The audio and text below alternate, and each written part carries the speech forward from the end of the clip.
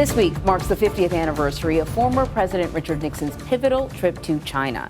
Now, Dwight Chapin, a former personal aide and deputy assistant to President Nixon, is shedding light on his time at the White House. In his newly released book titled The President's Man, The Memoirs of Nixon's Trusted Aide, Chapin offers fascinating insights and never-before-told stories as President Nixon's right-hand man. Dwight Chapin is with us now to talk about his memoir and long career with former President Nixon. Thanks for joining us. And this is such an interesting time to sort of talk about this because of the 50th anniversary, if you will, of Nixon's trip to China. And I want you to sort of take us back in time so people understand why this was so significant. China had not been open to most of the world. Americans had never actually sort of seen what happened in China.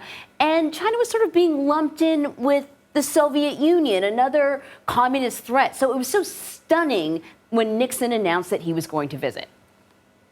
Yes, you're absolutely right.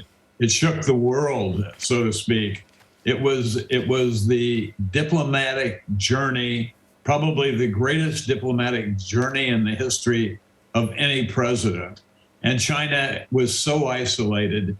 And Nixon knew that in terms of the future, we had to have communications with the People's Republic of China. And he had written earlier, before he ever became president, about the future of Asia. And one of the things that was in his mind was figuring out how to move towards some opening with China. It was when we went to China 50 years ago, it was a very primitive a place. I mean, it's astounding what has happened in the last 50 years and how it has all changed.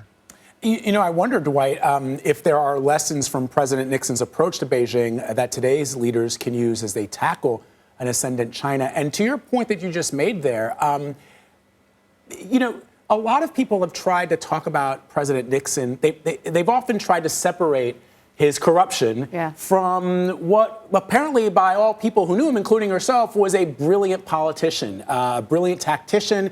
And so what was it about China that he saw, or at least all of you who were advising him, that saw within China that said, this is the time to do this now?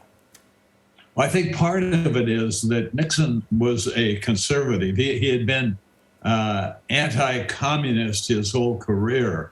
And that is really what gave the American people confidence that a more right of center, if you will, leader would be able to go in there and to negotiate with the communist Chinese and hold the credibility that was necessary for America. You know, I was struck by your last segment. I loved it. I thought on the CDC, I thought that was really interesting.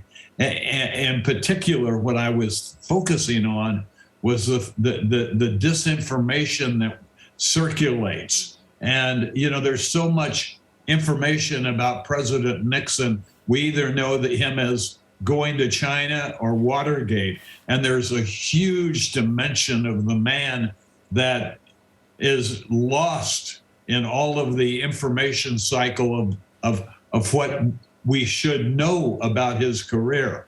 He was incredibly successful with legislation, and yet he had a Democratic House and a Democratic Senate, but we never hear about anything. This whole, if you will, the whole way we're looking at information these days, the way you folks were investigating what was going on at the CDC. I mean, we need to be taking another look at all of this stuff and saying, hey, what's the real story behind it all? Yeah. And in The President's Man, I've tried to do that. I realize the warts and all. I know that the president apologized to the American public and so forth. But once you go beyond that, beyond the apology, you say, what was this man all about? I mean, he carried every state in the 1972 election, except for the state of Massachusetts. So he had to have been doing a lot of things right to accomplish that. I think that's a really great point. Yeah. I think just the trip to China alone and the lead up to it, the Henry Kissinger's travels, the chess game that was played to get to that point is fascinating, you know, in and of itself, which is why I'm going to feel really bad pivoting this conversation to Watergate now. But, you know, we can't talk about Nixon without talking about Watergate. And you do write about that in your book. You said that initially, you know, you really didn't think it was that big of a deal, but then in retrospect, and I'm going to quote your book, you know, it was like an 18-wheeler coming at us over the next hill. Can you talk about the moment when you realized what was not a big deal was going to be huge? Yes, well, at the outset, we just, you know, it was a break-in. We knew that the president knew nothing about it.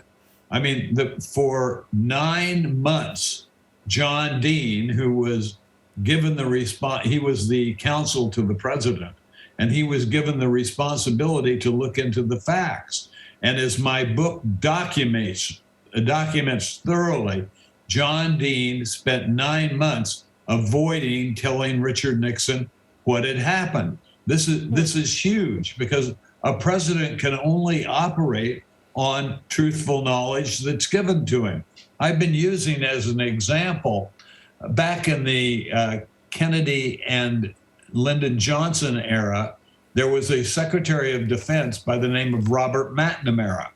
Later, he wrote a book, and in his book, he made a point of admitting that when he was running the Pentagon, he gave false information to Lyndon Johnson, who was trying to end the war. It's very similar to John Dean giving false information to Richard Nixon about what really happened on Watergate.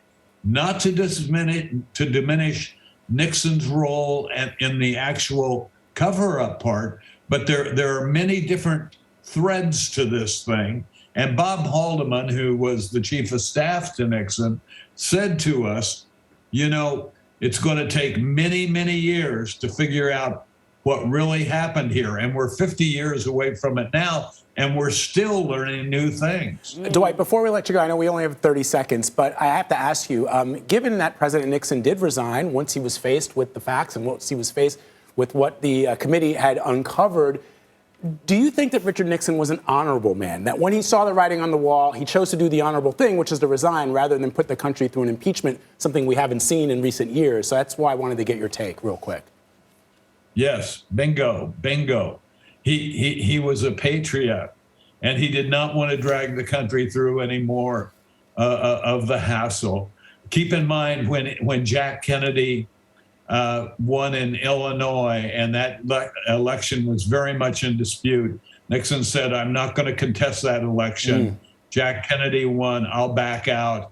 And he was very patriotic then, and he was very patriotic when he gave up the presidency. In today's world, he would have fought it probably because of the difference in the way that the media and everything works. But back then, this man was operating from a base of being a pure patriot. Dwight Chapin, it's a fascinating book. Thank you so much for your insights. We appreciate it. Thank you very much. And for more on Chapin's journey as President Nixon's trusted aide, you can buy The President's Man in stores and online.